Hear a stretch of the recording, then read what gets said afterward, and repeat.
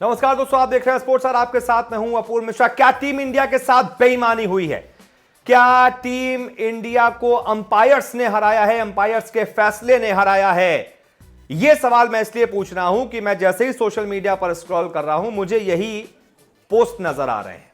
पूरा ट्विटर, पूरा इंस्टा इस सवाल से भरा हुआ है, पूरा फेसबुक इस सवाल से भरा हुआ है। अगर क्रिकेट की फ्रेटर्निटी से आप रिलेटेड हैं और उसमें आप देखें उनके पोस्ट आप लाइक करते हैं तो आपको जैसे ही आप स्क्रॉल करेंगे आपको दिखता जाएगा कि लोग यही सवाल कर रहे हैं कि आज अंपायर्स ने टीम इंडिया से मैच छीन लिया। 2-3 इंसिडेंट्स हुए आज, उसके बारे में मैं आपको बताने जा रहा हूं। पहला इंसिडेंट हुआ जब ऑस्ट्रेलिया बल्लेबाजी कर रही थी, नटराजन का एक बॉल आया, पैड पर बॉल लगी, एलबीडब्ल्यू की अपील हुई और अंपायर इतने अंधे थे कि वो बॉल ही उनको नजर नहीं आई। मतलब बॉल बाद में जब रिप्ले हुआ तो साफ नजर आ रहा था कि विकेट्स को अंदर से हिट कर रही है, अंदर से हिट कर रही है। मतलब बॉल बाहर तो जा नहीं रही, एक तरीके से अंदर वाले पार्ट में लग रही है। क्लियर एलबीडब्ल्यू आउट था वो, लेकिन सामने खड़े अंपायर्स, पता नहीं उनकी आंखें चौंधिया गई होंगी, भाई साहब की उम्र तो हो ही गई है, तो इस वजह से उनको वो आउट नहीं नजर आया, उन्होंने आउट नहीं दिया।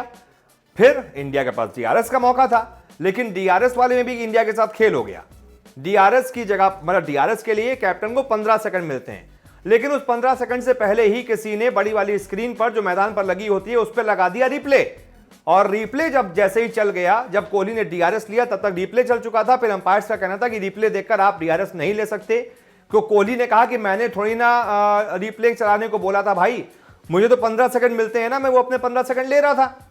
लेकिन अंपायर्स ने कहा कि गलत है। एक ये डिसीजन, इस वजह से मतलब डीआरएस आउट होने के बाद भी बावजूद उसके मैथ्यू वेड बने रहे क्रीज पर और उन्होंने फिर और चौके छक्के लगाए और जले पर मतलब एक तरीके से और नमक डाला, बस 80 रन बना दिए।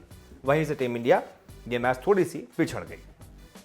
इसके बाद जब इंडिया की बैटिंग हो रही थी तब भी यही हुआ, 2 बार अंपायरों से गलती हुई। पहली बात तो ये कि कई बार ऐसे इंसिडेंट्स आए कि जब ऑफ स्टंप के बाहर, लाइन के बाहर गेंदें पड़ रही थी, लेकिन ऑस्ट्रेलिया के अंपायरों को नजर ही नहीं आ रहा था और वो वाइड बार बार नहीं दे रहे थे। कोहली बार बार चौंक रहे थे कि इतनी बाहर बॉल को आप वाइड क्यों नहीं दे रहे हैं, लेकिन अंपायर्स कह रहे थे कि आप शफल कर रहे हैं। तो भाई साहब मैक्सवेल भी तो शफल कर रहे थे, उनके सामने फिर आपने क्यों वाइड दे दी?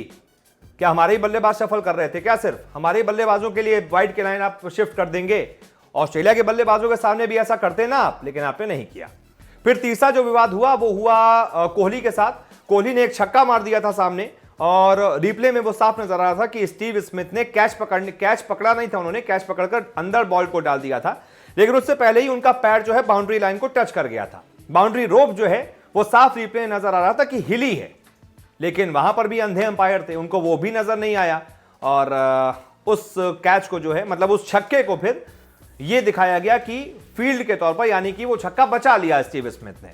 तो वहां पर भी टीम इंडिया के साथ दगा हुआ। अगर वो छक्का दे दिया जाता, मोमेंटम और मिल जाता, टारगेट और छोटा हो जाता। तो ये 3 बड़े इंसिडेंट्स हैं आज के मैच के जो सोशल मीडिया पर छाए हुए हैं और जिनका सहारा लेकर यह कहा जा रहा है कि चीटिंग हुई है इंडिया के साथ, गलत हुआ है, अंपायर्स ने जानबूझकर इंडिया को हराया है और इसी वजह से इंडिया हारी है। आप क्या सोचते हैं इस पूरे मुद्दे पर? क्या आप सहमत हैं इन सारे कॉमेंट से, या फिर आप मानते हैं नहीं, इसके अलावा भी टीम इंडिया जीत सकती थी, अपनी गलती से ही टीम इंडिया हारी है? जो मैं मानता हूं, क्योंकि आपने इतनी घटिया फील्डिंग की है, उन अंपायर्स ने या फिर वो थर्ड अंपायर ने थोड़ी ना आपके हाथ में आके छेद कर दिया कि बॉल निकल जाएगी।